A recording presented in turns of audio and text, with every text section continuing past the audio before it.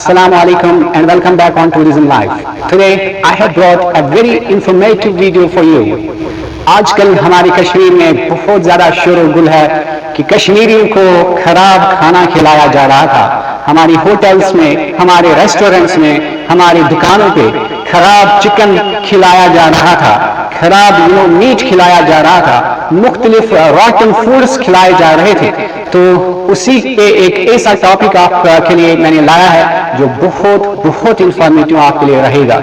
सो आज से आप जो भी खाना खाएंगे आप इसी टॉपिक के चलते हुए ही कोई भी खाना खरीदा करो या फिर कोई भी खाना खाया करो।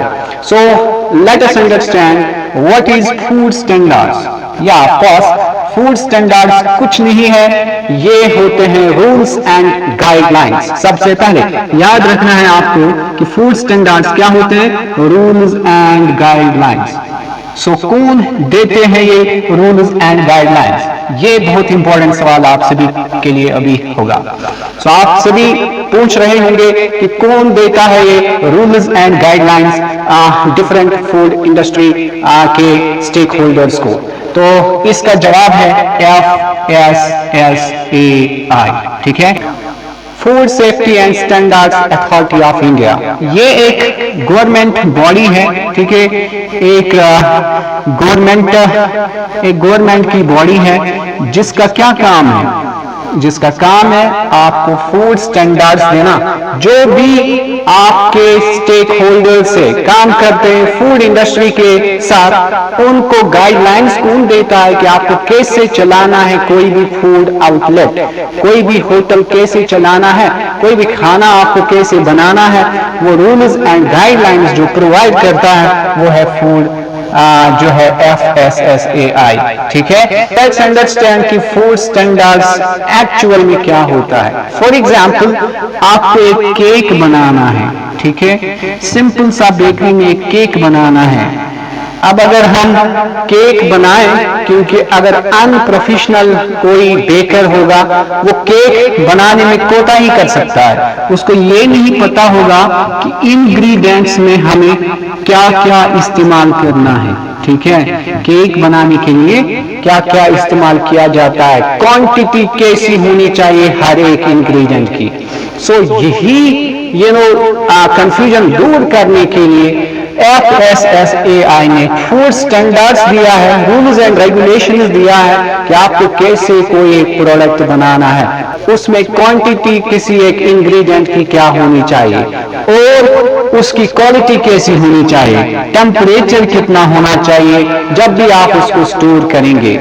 सो बहुत सारी चीजें इस फूड स्टैंडर्ड्स में आएंगे, आपको अभी पता चलेगा कि कौन सी चीजें आपको फूड स्टैंडर्ड्स में आते हैं। फॉर एग्जाम्पल एक बेकर को बनाना है केक और इसके इंग्रेडिएंट्स में ऑफ कोर्स फ्लोर का इस्तेमाल होता है, इसमें एग्स का इस्तेमाल होता है, ऑब्वियसली इसमें वैनिला एसेंस का भी इस्तेमाल होता है, इसमें आपको अगर चॉकलेट केक बनाना होगा तो कोका पाउडर भी इस्तेमाल होता है और शुगर का भी इस्तेमाल होता है।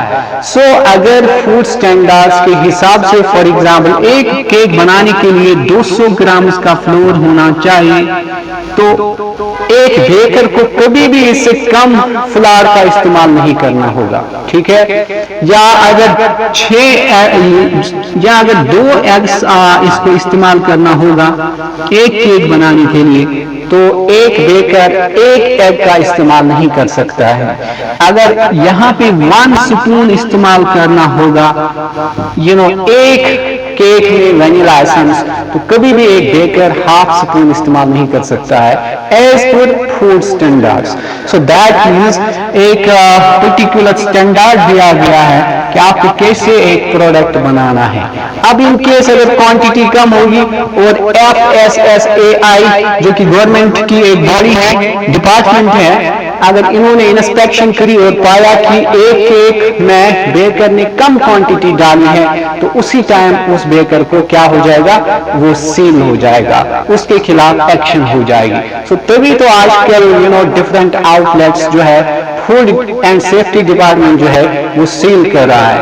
तभी रेस्टोरेंट्स बंद हो रहे हैं, तभी ये जो आप देख रहे हैं कि रातन मीट को दफनाया जा रहा है। तो इसकी यही वजह है कि ये जो डिफरेंट रेस्टोरेंट वाले हैं ये कंडीशंस फुल नहीं करते हैं, जो इनको फूड स्टैंडर्ड्स अपनाने हैं वो कंडीशंस ये फुलफिल नहीं करते हैं, जिसके चलते इनको कोई ना कोई कानूनी एक्शन हो रही है। So again if I talk about food standards में, इसमें फॉर एग्जाम्पल आपने कोई प्रोडक्ट बनाया, इस प्रोडक्ट के पैकिंग पे जरूरी होना चाहिए food safety and standards authority of India का लेबल। ठीक है, वो लेबल एक किस्म की लाइसेंस होती है जिसका यही मकसद होता है कि ये प्रोडक्ट अप्रूव्ड है। अप्रूव किसने किया है? FSSAI ने। इन्होंने इनको लाइसेंस दी है। क्यों लाइसेंस दी है? क्योंकि इनका प्रोडक्ट हाइजीनिक है। The product is worth to eat. The product will not harm your health. तो अगर उस प्रोडक्ट के पैकेजिंग पे आपको ये लेबल मिलेगा जो कि 14 डिजिट्स का होता है, तो आपका फूड जो है जो आप लेते हैं वो कभी भी अनहाइजीनिक नहीं हो सकता है, वो आप खा सकते हैं। नंबर टू, जो भी प्रोडक्ट आप बनाएंगे और उसके पैकेज पे जरूरी होना चाहिए आपका मैन्युफैक्चरर का नाम। अगर आपके प्रोडक्ट पे मैन्युफैक्चरर का नाम नहीं है, दैट मीन्स यहां पे शक व शुबात है कि ये प्रोडक्ट जो है ये 2 नंबर हो सकता है, खाने के लायक नहीं हो सकता है या अनहाइजीनिक हो सकता है। तो मैन्युफैक्चरर का नाम जरूरी है। अगर नहीं होगा और इंस्पेक्शन किया फूड सेफ्टी डिपार्टमेंट ने तो आपके खिलाफ एक्शन हो सकती है। नंबर 2, डेट ऑफ मैन्युफैक्चरिंग, ठीक है, या डेट ऑफ प्रोडक्शन। ये भी होना चाहिए कि कब आपका प्रोडक्ट बना है। ठीक है, सो वो डेट होना चाहिए डेट ऑफ एक्सपायरेशन। अगर ये भी नहीं होगा देन आपके खिलाफ एक्शन हो सकता है, आपका बिजनेस सील किया जा सकता है। So these are some of the basic things which you need to understand before starting a business. तो आपको FSSAI की लेबल होनी चाहिए, इनकी लाइसेंस होनी चाहिए, तभी एक कस्टमर आपको मानेगा कि नहीं आपका फूड जो है ये हाइजीनिक है, ये सेफ है खाने के लिए। सो नंबर 2 इज आपका स्टोरेज। ठीक है, क्योंकि हर एक प्रोडक्ट डिफरेंट हो सकता है, कोई पेरिशेबल हो सकता है, कोई नॉन पेरिशेबल हो सकता है। ठीक है, तो कोई एक ऐसा फूड हो सकता है जो किसी टाइम तक रह सकता है, अगर आपने उस टाइम से आगे इसको चलाया तो ये खराब हो सकता है। ठीक है, एंड कोई एक प्रोडक्ट जो है वो बहुत टाइम तक रहता है।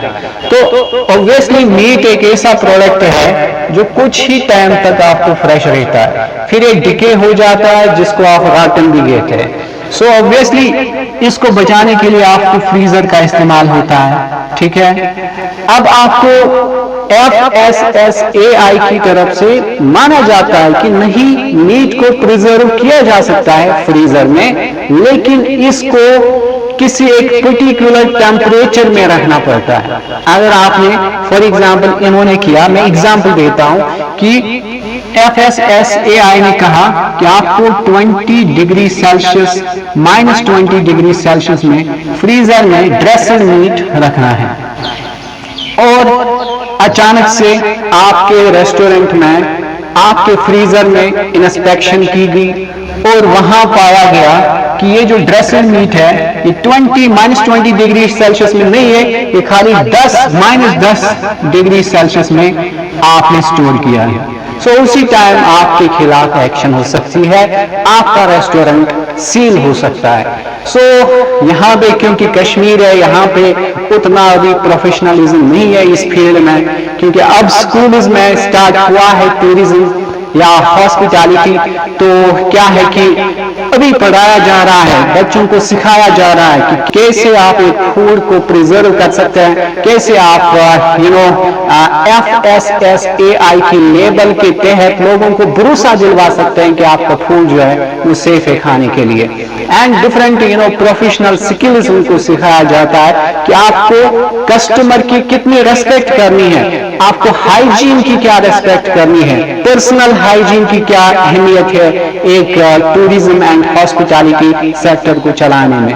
सो ऑब्वियसली अभी उतना प्रोफेशनलिज्म कश्मीर में नहीं है।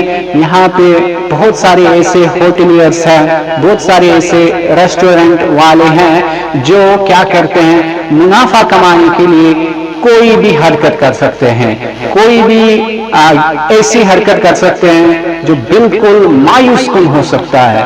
और या ये लोग ये नहीं समझते हैं कि अगर आप रेस्टोरेंट की एक ब्रांड बनाते हैं सालों साल और लास्ट में मुनाफा कमाने के लिए इतना गिर जाते हो कि आप खराब मीट लोगों को खिलाते, इनको ये भी नहीं पता है कि ब्रांड इमेज क्या होता है।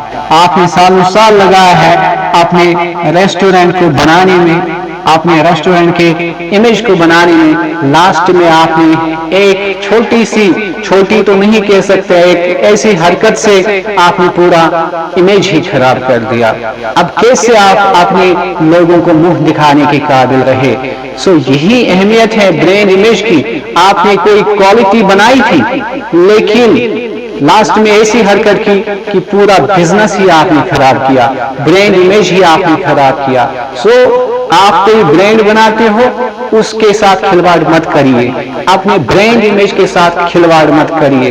यहाँ पे बहुत सारे ब्रांड्स हैं जैसे कि लीवाइस है, मुझे बताएं तो उन्होंने क्या कभी लोगों के साथ खिलवाड़ किया है? यहाँ पे पूमा है, उन्होंने खिलवाड़ किया है। मुगल दरबार कश्मीर का है, क्या वो लोगों के साथ खिलवाड़ करते हैं? इन केस अगर वो करेंगे ऑब्वियसली वो भी अपने ब्रांड इमेज को जो कि 50 सालों से 60 सालों से 100 सालों से में भी उन्होंने बनाया होगा, एक छोटी सी गलती से वो अपनी ब्रांड इमेज को खो सकते हैं।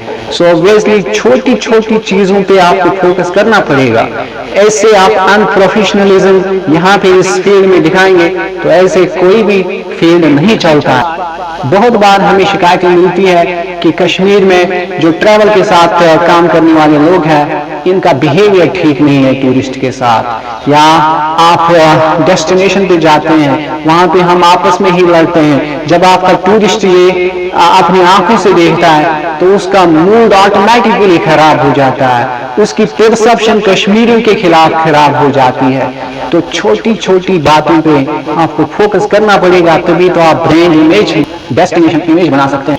हमें जो विरासत में कश्मीर नाम मिला था, जो कि हॉस्पिटैलिटी के नाम से जाना जा रहा था, वो हम आज की जनरेशन खराब करने में कोई कसर नहीं रखते हैं। सो हमें चाहिए कि अपने विरासत की हिफाजत करिए ताकि न सिर्फ हम अपने लिए बेहतर हो सके बल्कि विरासत में जो हमें ये नाम मिला है इसकी भी हम हिफाजत करते रहे, उनकी भी इज्जत और लाज हम सालों साल रखें। सो आई होप कि आपको ये टॉपिक जो है समझ आ चुका होगा।